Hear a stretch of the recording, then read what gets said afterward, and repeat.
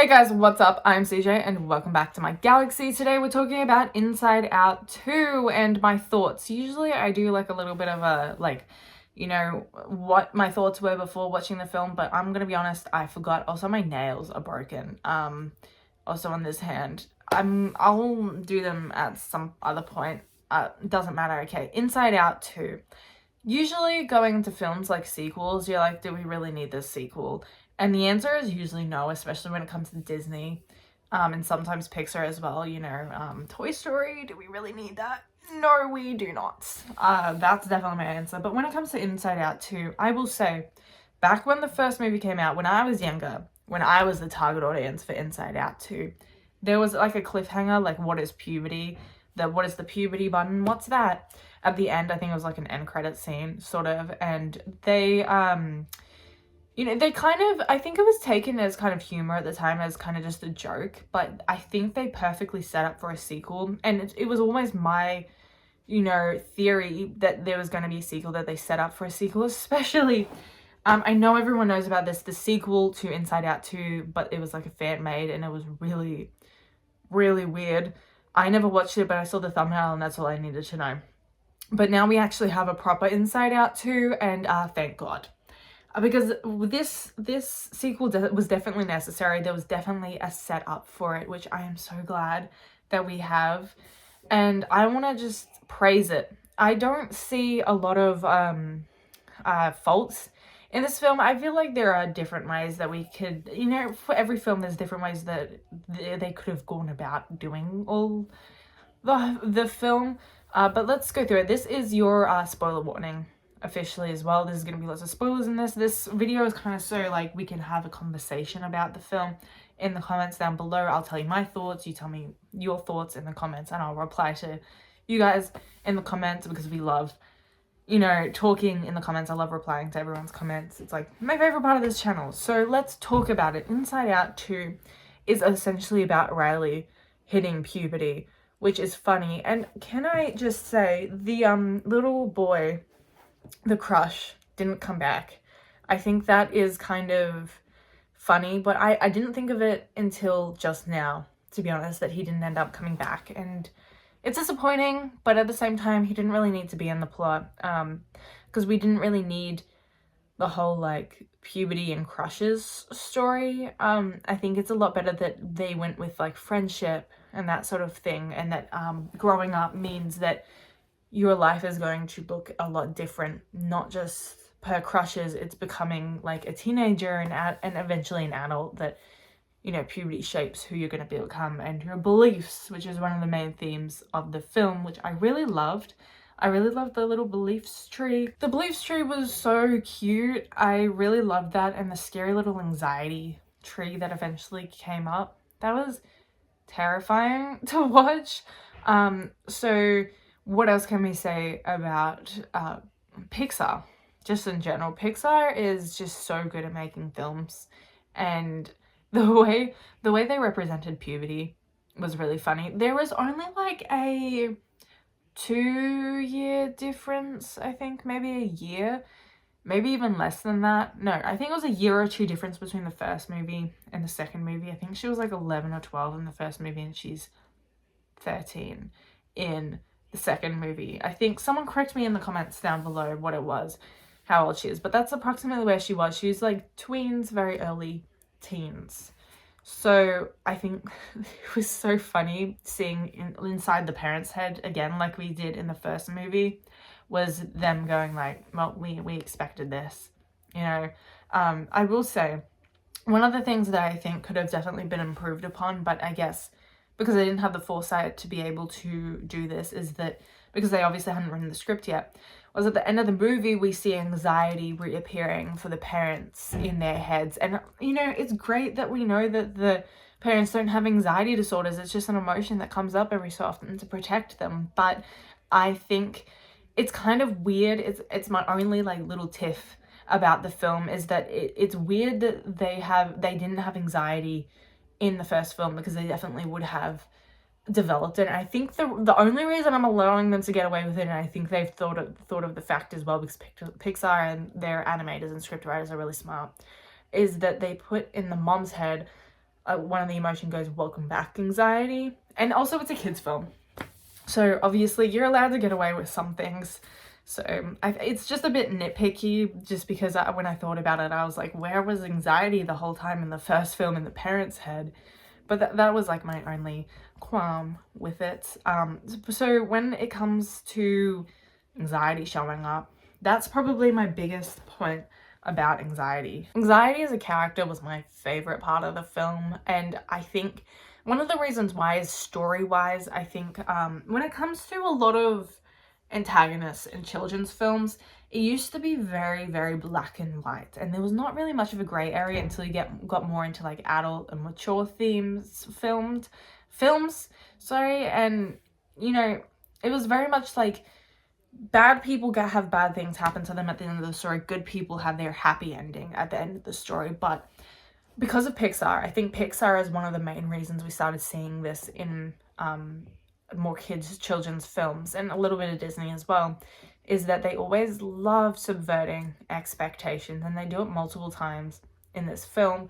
One of the points is that there are a lot more grey characters in Pixar films. I think one of the good examples, well, I think it's not a Pixar, it's a Disney, Encanto. They're the same company, so it kind of counts. Encanto is good for grey characters. The grandmother, I don't remember what her name was, but the grandmother was more like a grey area antagonist, and they forgave her at the end.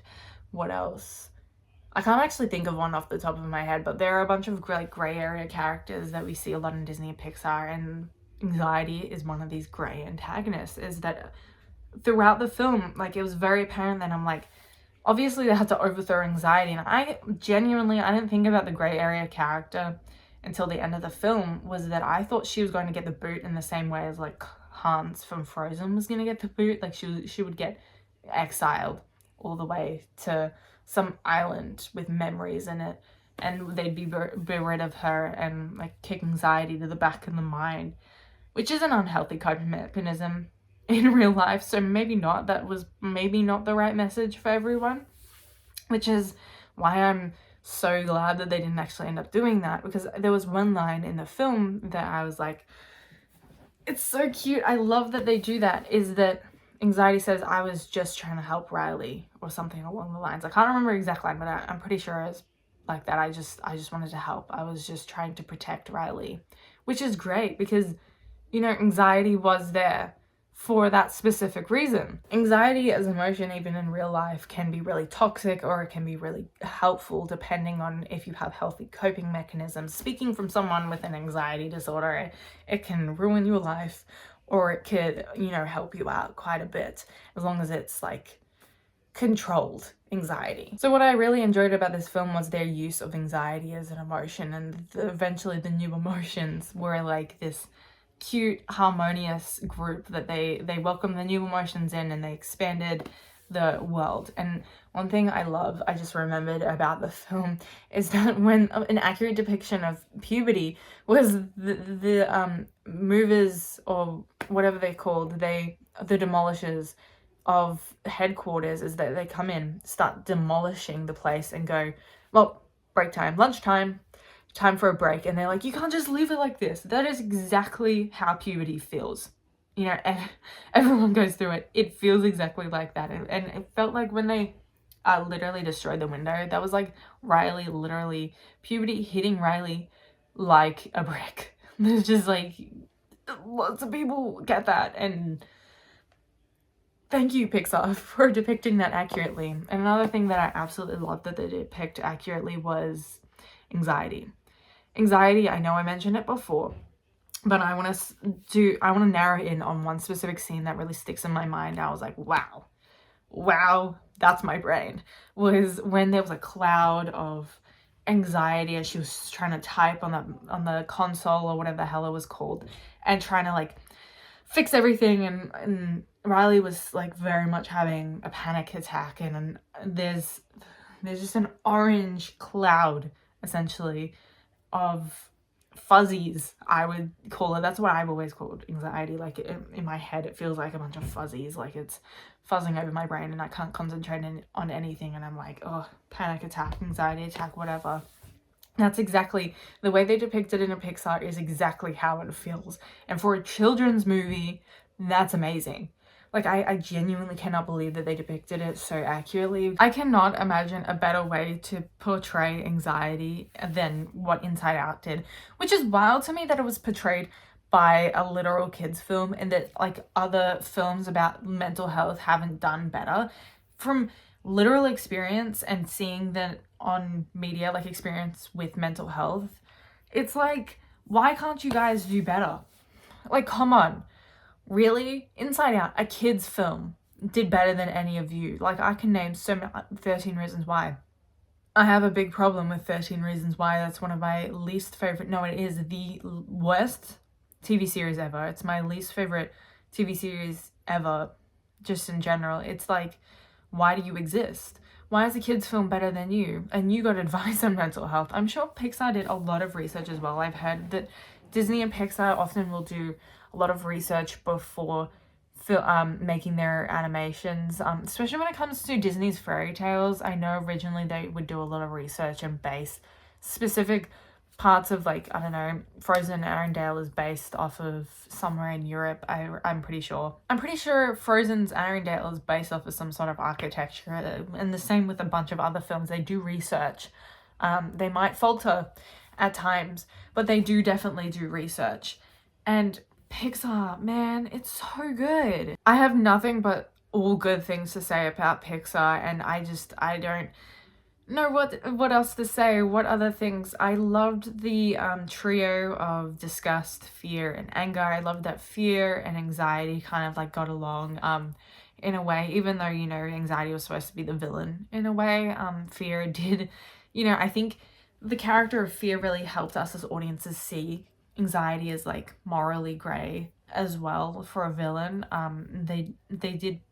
Fear told us that there are some really good attributes to anxiety, that there's ways that they could help. You know, Joy didn't plan a lot of things, but anxiety plans things ahead of time for Riley, so there's like a balance there, and fear is specifically telling us as audiences that that's what she's there for. So she's preparing he is preparing us for the inevitable end and resolution to the story, which I really enjoyed. I think that was a really good call for Pixar in the movie as well, and I think it would be really good to do that in other films, you know, not just Pixar. And once again, we subvert expectations in Pixar. I really like that Riley eventually, you know, made up with her friends. And one thing I will point out that is a little weird is that these hockey team players are so much older than her, and I don't know why she's so focused on just being friends with them, because they're gonna graduate in a year anyway.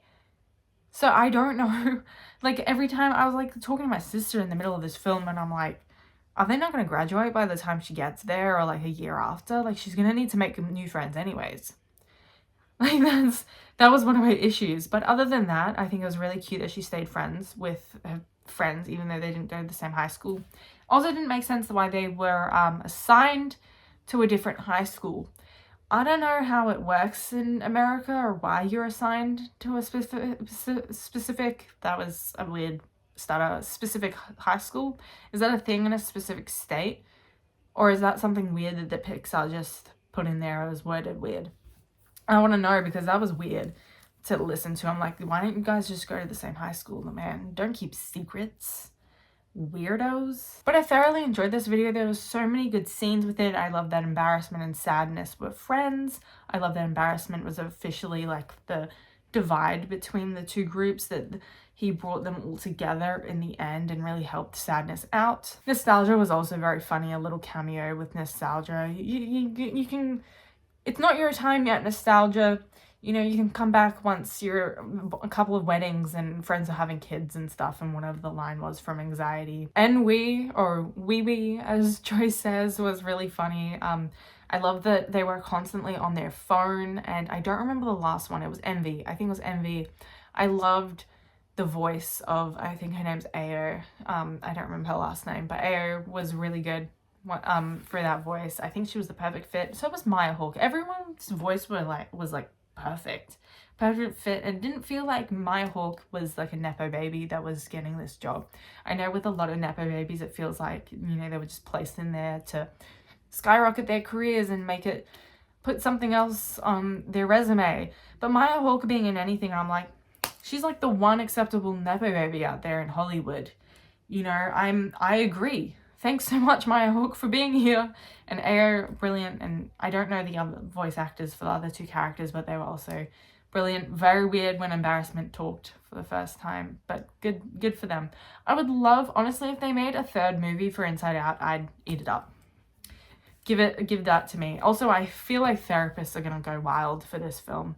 Absolutely love therapists and how they use that to help their clients. I love it. Go forth and use Inside Out too as help for your clients. Anyways, guys, that is it for today. I hope you enjoyed this video. Please like and subscribe. I would greatly appreciate it. Also, let me know what other films I should talk about, other topics I should talk about in the future. Once again, I hope you enjoyed this video, but I've been CJ, and I'll see you guys in the next video. Bye!